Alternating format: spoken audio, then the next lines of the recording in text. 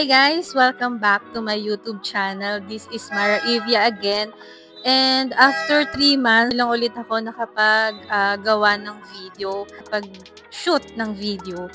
And this time po is unboxing and review ng aking newly bought Simplas 5 liters double knob air fryer. So, na-excite ako kasi nakita ko siya sa Shopee ng 1,869 lang. Unlike other air fryer na nagkakahalaga talaga sila ng 3,000 plus and above. So, nakita ko siya na pwede palang mag-bake ng pastries din sa air fryer. Actually, ano siya, 1,869. But dahil may voucher ako, naka-discount ako kay Shopee. Nabili ko lang siya ng 1,469. Dumating siya ng August 20 and hindi na ako nakapag-antay. Kinabukasan, in-unbox ko na rin siya.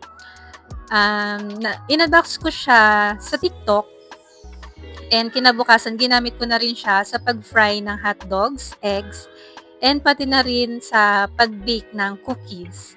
So, this time, gusto ko ulit i-try and last time kasi, hindi siya ganun ka-perfect kasi sunog. Ngayon, sana, perfect na siya. Ayun. So, nakapag-prepare na ako ng cookies, ng dough, and nalagyan ko na rin siya ng chocolates. And so, ayun, sana this time perfect na. So, itong video na to is unboxing and review na din kung okay ba yung Simplas din sa pag-bake ng pastries. So, actually, yung frying, okay na siya. Okay siya dahil para ka na rin nagprito ng hotdogs at saka mga pangprito na ulam without the oil. So, wala naman ako talagang balak na bumili ng air fryer. So, dahil na-curious lang ako, so, ayun, guys. So, on the next process, I will show you kung ano lang nangyari sa cookies natin. So, guys, ito na yung dough, chocolate chip cookies na pinrepare ko ngayon. And sana this time naman, perfect na siya. So, nalagyan ko na rin siya ng chocolates. And ilalagay muna natin siya for 10 minutes sa loob ng ref para tumigas siya. So, ito na siya guys. Pakita ko sa inyo yung actual na itsura ng ating Simplas air fryer. So, very aesthetic po ang color ng ating air fryer. It's color black. And, meron pa tong isang color I think color white po yung isa. Pwede kayong pumili kung gusto nyong white or black. Ang nagustuhan ko talaga sa kanya is, meron siyang window kasi. So, dito po, kung magluluto ka na or mag-fry or bibake ka na is, makikita mo sa loob yung niluluto mo. So, meron siyang ilaw dyan. Kaya, makikita mo kung umaalsa na ba siya, bake na ba siya, or luto na.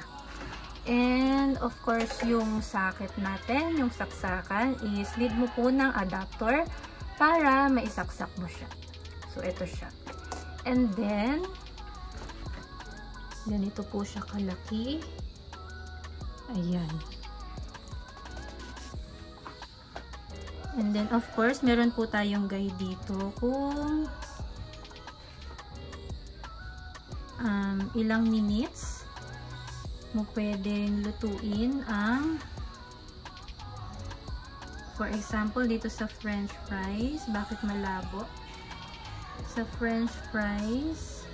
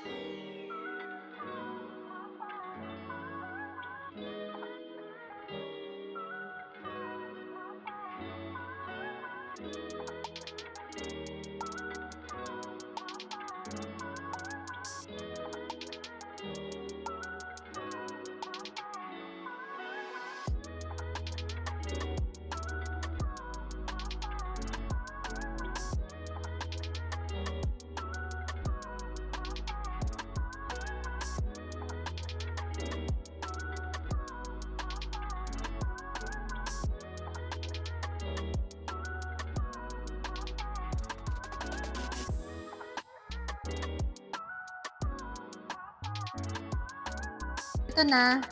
Today ko lang po na bake yung dough natin ng cookies.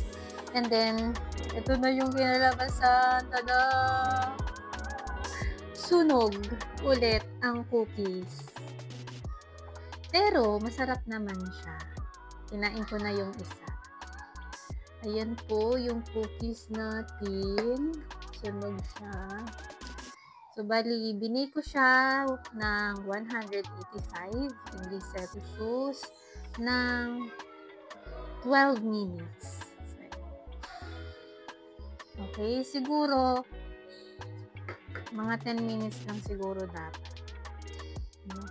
So far, masarap naman po ang cookies natin.